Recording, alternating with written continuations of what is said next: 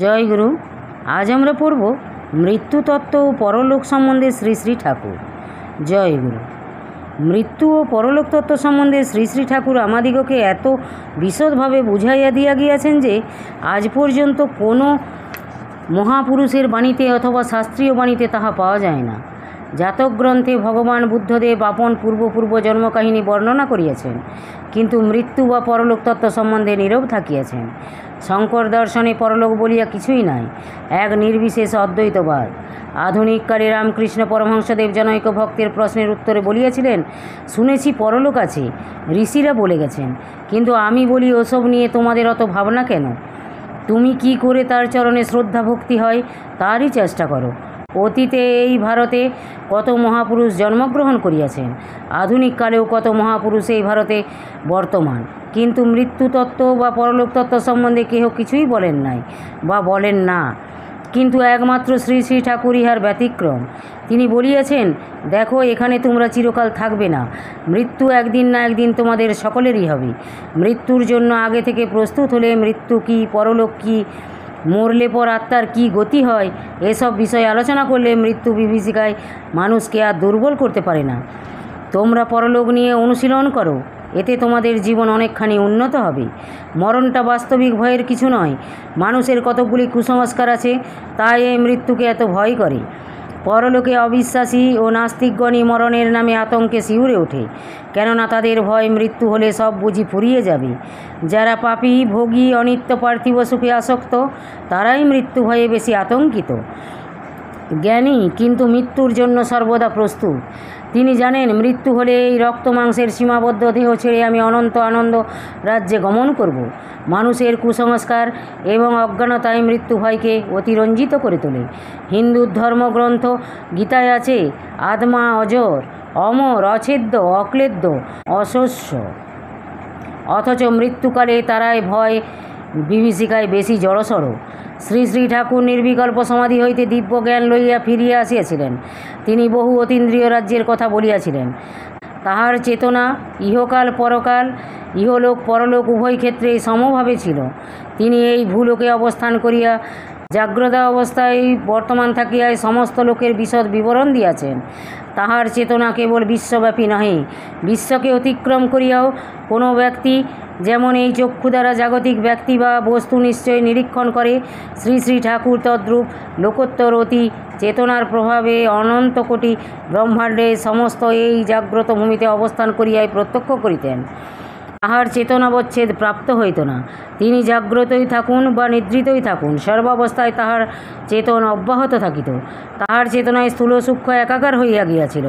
অনন্ত কোটি ব্রহ্মাণ্ডের সহিত তাহার যোগসূত্র ছিল।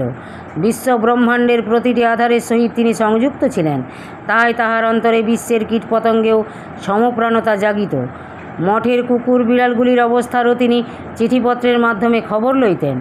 মঠের একটি কুকুর পূর্বজনে ছিল সরুরাম। শ্রী শ্রী ঠাকুর প্রত্যহ তাহাকে ভাত দিতেন। পরে তিনি ইহা প্রকাশ করিয়াছেন। তিনি লিখিয়াছিলেন, বিড়ালগুলোকে যত্ন করিও। মনির ছানা হইয়াছে কি? মঠের প্রত্যেক বৃক্ষের পত্রটি কেন নড়িতেছে, কি তাহাদিগের ভাষা বা চাহিদা সমস্ত তিনি বুঝিতে পারিতেন। এইরূপ ইতর জন্তু, ভূত প্রেত সমস্তের সহিত তাহার যোগসূত্র ছিল। জীব মৃত্যুর পর কোথায় যায়, কোথায় অবস্থান করে ইত্যাদি সমস্তই জাগ্রত ভূমিতে স্থূলচক্ষে দর্শনের ন্যায় তিনি জানিতে পারিতেন। এই জন্য তাহাকে কোনো মনসংযম করিতে হইত না। সপ্তলোকের কোন স্তরে জীব কিভাবে অবস্থিতি করে তাহা তিনি অবগত ছিলেন। তিনি বলিয়াছিলেন, সাধারণ মানুষের সূক্ষ্ম দেহ অর্থাৎ প্রেত দেহ স্বর্গলোক পর্যন্ত থাকে। মহরলোকে এসে সকলেরই দেহ নষ্ট হয়ে যায়। বায়ুময় দেহ অবলম্বন করে তখন ঊর্ধ্বদিকে গতি হয়। মহরলোকে দেহ পতনের সময় যাদের ভোগের কিঞ্চিত মাত্র ইচ্ছা থাকে, তাদের সেখান হতে ভোগের জন্য আবার অধোগতি হয়। ভোগায়তন দেহ অর্থাৎ স্থূল দেহ পায় না বলে একেবারে ভূলোকে এসে তাদের দেহ ধারণ করতে হয়। মহরলোক, কেন্দ্রলোক, এখান থেকে নিচের দিকেও পতন হতে পারে, উপরের দিকেও গতি হতে পারে। যাদের মহরলোকেও ভোগের কোনো কারণ থাকে না, তারা ক্রম মুক্তির পথে আরোহণ করে তাদের সূক্ষ্ম দৃষ্টি ক্রমশ বর্ধিত হয় আর নিচের লোকগুলি দৃষ্টিপথে ভাসতে থাকে। জনলোকে উঠলে ভূলোক দৃষ্টিগোচর হয়, তপলোকে উঠলে ভুব দুটোই দর্শন হয়। সত্যলোকে উঠলে ভুব স তিনটাই দৃষ্টিতে এসে পড়ে। ওই সব লোকের ওপর আরেকটা লোক আছে যাকে বলে নিত্যলোক বা ভাবলোক। সেই লোকের সবই বিচিত্র রহস্যপূর্ণ। মহরলোক পর্যন্ত ব্যষ্টি আমির জ্ঞান থাকে। যারা মরে যায় তাদের এই পর্যন্তই পূর্বনাম পূর্বস্মৃতি জাগরুক থাকে, তারপর আর তা থাকে না। আমার কোনো শিষ্যই মহরলোকের ঊর্ধ্বে যায়নি। অবশ্য তাদের অধিকার আছে যাবার, কিন্তু ইচ্ছা করে যায় না। আমি স্থূল দেহে স্থূল জগতে আছি বলে আমাকে ছেড়ে তারা উপরে যেতে চায় না। এই যেমন তোমরা দাঁড়িয়ে দাঁড়িয়ে আমার উপদেশ শুনছ, তোমাদের পরলোকগত গুরু ভাইদের মধ্যেও কতজন এসে সূক্ষ্ম শরীরে আমার উপদেশ শুনছে। চট্টগ্রামে স্মৃতিভূষণ এসে আমার পাশে দাঁড়িয়ে উপদেশ শুনছিল। তার স্ত্রী সীতাদেবী তা প্রত্যক্ষ করেছে। এই ঘটনা আমরা সীতাদেবীর নিকট সাক্ষাৎভাবে শ্রবণ করিয়াছি। সীতাদেবী এখনও জীবিত আছেন, তবে অতি বৃদ্ধা। তিনি আমাদের নিকট বলিয়াছেন, একদিন আমিও আরও কয়েকজন গুরুভাই শ্রী শ্রী ঠাকুরের কাছে দাঁড়াইয়া তাহার উপদেশ শুনিতেছি। এমন সময়ে শ্রী শ্রী ঠাকুর বলিলেন, তোমরা যেমন এখানে আমার কথা শুনিতেছ, তোমাদের পরলোকগত কয়েকজন গুরুভাইও অশরীরী অবস্থায় সূক্ষ্ম শরীরে এখানে আসিয়া আমার উপদেশ শুনিতেছে। তখন সকলে বলিলেন, কই ঠাকুর, আমরা তো দেখতে পাচ্ছি না।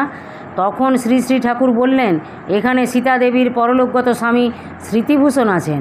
তখন সীতাদেবী তাহার স্বামীকে দেখিবার জন্য উদ্গ্রীব হইলে শ্রী শ্রী ঠাকুর বলিলেন, আচ্ছা দেখাচ্ছি। তিনি বলিলেন, কেবল সীতাদেবীই দেখতে পাবে, অন্য কেউ নয়। অল্পক্ষণ পরে শ্রী শ্রী ঠাকুর সীতাদেবীকে বলিলেন, দেখো। তখন সীতাদেবী তাহার স্বামীকে প্রাণ ভরিয়া দেখিলেন। অল্পক্ষণ পরে শ্রী শ্রী ঠাকুর বলিলেন, দেখার স্বাদ মিঠেছে? সীতাদেবী বলিলেন, হ্যাঁ ঠাকুর, ভালো করে দেখেছি। ইহার পর আবার পূর্ববৎ। ক্রম মুক্তির পথে যারা যায়, মহরলোকে উঠলেই তাদের ভূরলোকে আমিত্বের বিস্তার হয় এবং সমস্ত ভূরলোকটাই নিজের দেহ বলে মনে হয়। জনলোকে উঠলে ভূ এবং ভুবর লোকে আমিত্বের ব্যাপ্তি হয়। তপলোকে উঠলে ভুব ও স্বরলোকের সঙ্গে আমিত্বের ব্যাপ্তি হয়। সত্যলোকে উঠলে সমগ্র মহরলোকে ব্যাপ্তি বোধ আসে। ক্রম মুক্তির জন্য ব্যষ্টিজ্ঞান নিয়ে সমষ্টিজ্ঞান এসে পড়ে। এ পথে যারা যায়, সত্যলোকে গিয়ে এক ব্রহ্মাণ্ডের প্রলয় পর্যন্ত তাদের অপেক্ষা করে বসে থাকতে হয়। মহরলোকের ঊর্ধ্বে যে তিনটি লোক আছে, তাতে জ্ঞানময় ভোগ হয়। ভোগাসক্ত জীব মহরলোকে গিয়ে জ্ঞানময় ভোগে তৃপ্ত না হতে পেরে আবার স্থূলদেহের পরমাণুকে গ্রহণ করে নিম্নে নেমে আসে। ভূবরলোকে জলময় দেহ, স্বরলোকে তেজময় দেহ, পিতৃযান ধূমমার্গ। সাধারণ জীবের এই পথেই গতি, আর দেবযান ক্রমোন্নতির পথ। ভোগাসক্তি যাদের নেই, তাদের এই পথেই গতি হয়। ভোগাকাঙ্ক্ষা না থাকাতে দেবযানের অর্থাৎ ক্রমোন্নতি পথের যাত্রী মহরলোকে গিয়ে বায়ু আশ্রয় করে জন তপ সত্যলোকে উপনীত হয়। ভোগাকাঙ্ক্ষা থাকলেই ভোগ দেহ অবলম্বন করতে হয়। যাদের ভোগাসক্তি নেই, তাদের সূক্ষ্ম দেহ খুবই লঘু। বায়ু অবলম্বন করে ক্রমেই তারা ক্রমোন্নতির পথে চলে। আর ভোগাকাঙ্ক্ষা যাদের প্রবল, তাদের দেহ অত্যন্ত ভারী। সুতরাং তারা বায়ুকে অবলম্বন করে ঊর্ধ্বে উঠতে পারে না। কিছু দূর গিয়েই আবার হয় তাদের নিম্নাভিমুখী গতি। মৃত্যু অনেক রকম আছে। জ্ঞানপূর্বক যাদের মৃত্যু হয়, তাদের প্রকৃত উন্নত অবস্থা লাভ হয়ে থাকে। আর যাদের আকস্মিক মৃত্যু বা আত্মহত্যা করে মৃত্যু হয়, তাদের গতি খুব ভালো হয় না। সর্বাপেক্ষা আত্মহত্যাই খারাপ। আকস্মিক কোনো দৈব দুর্বিপাকে মৃত্যুটা স্বেচ্ছাকৃত নয়, কিন্তু আত্মহত্যা স্বেচ্ছাকৃত।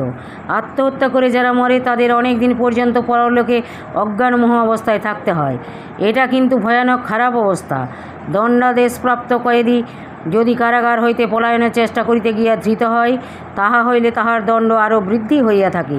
তদ্রূপ যে আত্মহত্যা করিয়া কর্মের ফলভোগ এড়াইতে চায়, তাহার দণ্ড অধিক হইবেই। শ্রী শ্রী ঠাকুর কোন জীবাত্মা জন্মগ্রহণ করিবে বা কোন জীবাত্মা জন্মগ্রহণ করিয়াছে, সমস্তই তাহার দৃষ্টির মধ্যে ছিল। পরলোকগতা এক শিষ্যার সম্বন্ধে শ্রী শ্রী ঠাকুর বলিতেছেন, মধ্যে একবার প্রেতদেহ জেগে উঠেছিল। আসক্তিজনিত ভোগও আরম্ভ হয়েছিল। কিন্তু আমার স্মৃতি জাগিয়ে দেওয়াতে পিতৃলোকে উন্নীত হয়েছে। অল্প বয়স, ভালো মন্দ কোনো কর্মের ফল সঞ্চিত না থাকায় পারলৌকিক ভোগ বিশেষ কিছুই নাই। সুতরাং অতি অল্প সময়ের মধ্যেই তার আবার জন্ম হবে। দেব সংস্কার নিয়ে যাতে জন্মাতে পারে তার চেষ্টা করব। তবে আসক্তি ভিন্ন আর কোনো ভোগ নেই। তাও অধিক সময় সুসুপ্ত থাকায় অনেক বিষয় ভুলে যাওয়াতে সামান্য ভোগেই শেষ হয়ে যাবে। প্রেতলোকে অতি অল্প সময় ছিল। আমাকে জানিয়েছে তার কোনো দুঃখ নেই। ইহলোকের কোনো ব্যক্তি বা বস্তুর জন্য কষ্ট হয়নি। কেবল ডাক্তারি চিকিৎসার জন্য স্ত্রী দেহে যেসব অত্যাচার হয়েছিল সেই যন্ত্রণার স্মৃতি এখনও ভুলতে পারেনি। কিন্তু পিতৃলোকে সে স্মৃতিও থাকবে না, বিশেষত শীঘ্রই জন্ম হবে। সুতরাং তার জন্য আমার আর কিছু করবার নেই। জন্ম না হওয়া পর্যন্ত আমি লক্ষ্য রাখব। জয় গুরু, জয় গুরু। আজ এই পর্যন্তই, পরবর্তী অংশ আগামী দিন। যদি আপনাদের ভালো লেগে থাকে তাহলে চ্যানেলটিকে সাবস্ক্রাইব করে সাথে থাকবেন। জয় গুরু, জয় গুরু।